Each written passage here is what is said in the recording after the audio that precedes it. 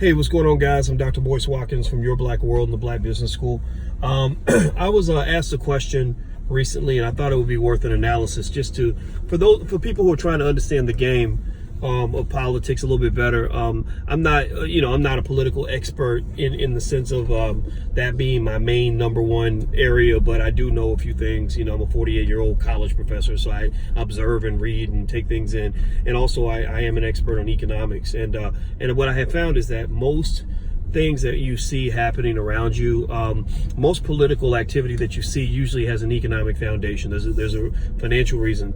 So somebody asked me not too long ago, they were asking, why is it that so many of the presidential candidates appear on the Breakfast Club? Why is the Breakfast Club kind of the stopping point on the political circuit? And it's quite fascinating because it's all sort of happening even before people are declaring, their candidacy officially. I think Trump just announced his re-election campaign. I think the Democrats are slowly but surely kind of trickling into the race. And it just seems like most of the prominent Democrats, I remember Kamala Harris, Bernie Sanders, and Cory Booker all went on the Breakfast Club. And so I was asked this question, and I'll give the best answer that comes to mind based on what I know. I've been on the Breakfast Club a few times, about 4 times, I think, something like that. And the thing is that I believe that one part of it is I give a lot of credit to the hosts. I think Charlamagne, DJ, Envy, and Angela Yee are very smart people, and I think that they care enough about the community that they want the community to hear from the different candidates. So I think that's great. Now, I do think that if you really want the community to really hear every point of view, I think you have to have candidates from all the different parties, maybe Green Party candidates, independent candidates, things like that, not just Democrats, because black people have been enslaved by the Democratic Party, and it's not healthy for the black community to be trapped into any one party. It's just not healthy. You're never going to get anything done because game theory, basically, and just standard political strategy says that you are in a weaker position when you overcommit to something. When someone knows that you're committed to something before you even ask for anything, then they're not going to offer you anything. And that's pretty much what's happened with the Democratic Party. That's why the wealth gap in the black community actually rose under President Obama. That's why a lot of issues that we face never got any better under Obama, or even forget Obama, though. Just the Democratic Party in general, when they're in office, our lives don't improve that much. Most measures, in terms of the quality of education, whatever, those things just don't get better. So that's the first thing I'll say. Second thing I'll say is, and this is a really important point that I think a lot of people don't know about or don't think about or they miss, is that there's usually an economic conversation that's happened somewhere. It may be a subtle conversation, not so much a blatant conversation, but remember, during the election cycles, that is a time where there's a lot of money being spent. I mean, I'm talking about insane, sick amounts of money. Most black media outlets, now not the Breakfast Club is a black-owned media outlet, but they market to black people. A lot of these outlets, white and black, especially the black ones though, are really hard up for money. They're really struggling for cash. So they look forward to the election cycle the way, a little kid looks forward to Christmas, because that's the time they get to eat and the time they get to eat good. So that's when all the money's coming in. That's when all the, all the ads are being purchased. That's when all the ad spend is like super heavy, super high. So they know that the ad spend is going to be heavy, and who's going to be spending the most on ads? The Democrats. The Democratic Party is going to be the party that's going to be dropping all that money. They're going to be the ones who are putting coins on the table when election time comes around. So that's why I would suspect that outlets like the Breakfast Club, or most urban radio stations, not just the Breakfast Club, but you look at most urban radio stations around the country, they literally just bombard the people in urban communities with conversations with Democratic candidates. In fact, I remember there's a rapper I know who told me that he was actually told that when he goes on the air, he can't mention certain political candidates. He can only mention certain people from the Democratic Party. He can only, and I think in that case it was Hillary Clinton. He can only mention Hillary Clinton. If he mentioned anybody else, that would be a problem. So there's a big financial transaction happening behind closed doors. It leads black people into a situation where our choices are made before we get a chance to make them.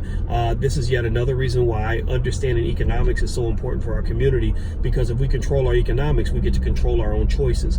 We don't have people telling us what to do because they're paying our bills. So a lot of your media outlets, unfortunately, TV One's a great company, great people. Kathy Hughes, wonderful people. I think I might have met Kathy at one point. I don't know, but I've heard good things about her.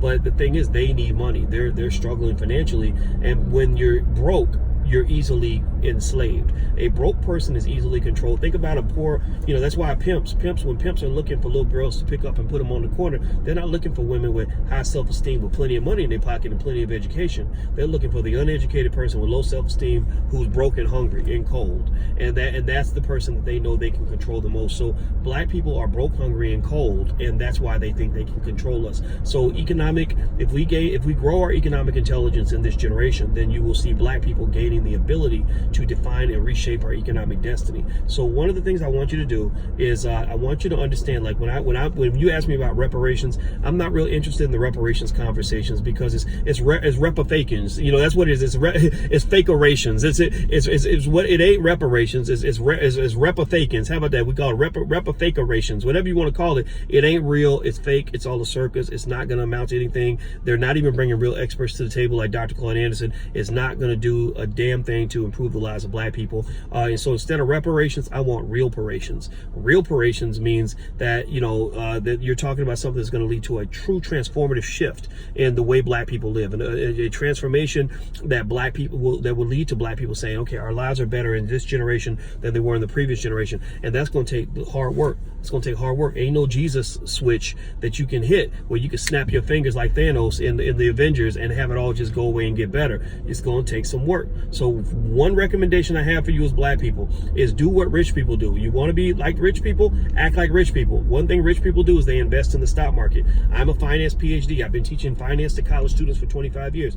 I can show you how to start investing in 10 minutes. So go to blackmoney100.com. It's totally free. You can sign up and get the training totally for free. There's a training called How to Buy Your First Share of Stock. Go there, have your kids watch it, have your uncle, your auntie, them, your baby mama, your sister, your cousin, your husband, your wife, your grandkids. Everybody go to Black Money 100. All you have to do is sign up and just watch that video. That video will break it down. And then when you come back to my channel, I need you to be an investor because I need you to say, I don't care whether they got fake orations or real parations. It don't even matter. I'm going to go ahead and make sure my family's in a good position in the next generation because my family going to get their reparations. My grandkids ain't going to be broken, struggling because I'm going to make sure that I do what I'm going to do to make sure they're good. I'm not waiting on the government. I ain't waiting on the Democrats. These bastards, they are so lame. They are so weak. They are so pathetic. They're spending all their time in a system that is inherently and undeniably racist, and they are sitting around hoping that these racist people, the same racist people that lynched your granddaddy, are going to come around and do Jesus's work and make your life better. Well, you keep waiting for that, and I'm going to go over here and wait for this. So you go for the fake orations. I'm going to go for the real parations. How about that? So I'm out of here, guys. Hit the thumbs up button. Hit the subscribe button. The website is blackmoney100.com. Won't cost you a penny. Just sign up. Go in there, and there's the free training on how to get started investing. It won't take you long. And when you come back, I guarantee you, in a couple months, you're going to be like, thank you. You changed my life. My life is better. I'm telling you, if you are one of those people already where I got you invested and I got you started and you're feeling that way, you're feeling the Holy Ghost right now, say something in the damn comments and tell these Negroes we need to grow the hell up and start fighting for ourselves, standing up for ourselves. Black man, be a man. Stop being a little kid. Black woman, you know how great you are. Don't be waiting on these damn politicians to do nothing for you because they ain't going to do it. They ain't going to do it. So that's it. I'm out of here, guys. I'm about to go. If you want to meet me in person, I'll be in New Orleans. You can go to drboyceneworleans.com if you want to know more about that. I'll be in Chicago. You can go to drboycechicago.com. That's in July. I'm going to go to Los Angeles for the Harvest Festival Day. We created our own holiday. Dr. Claude Anderson did. It's Harvest Festival Day, second Saturday in August. So you can go to drboycelosangeles.com and I'll put up the details of that. And of course, we have the All Black National Convention happening the weekend of September 27th in Houston. Willie D will be there. Nicole Price will be there.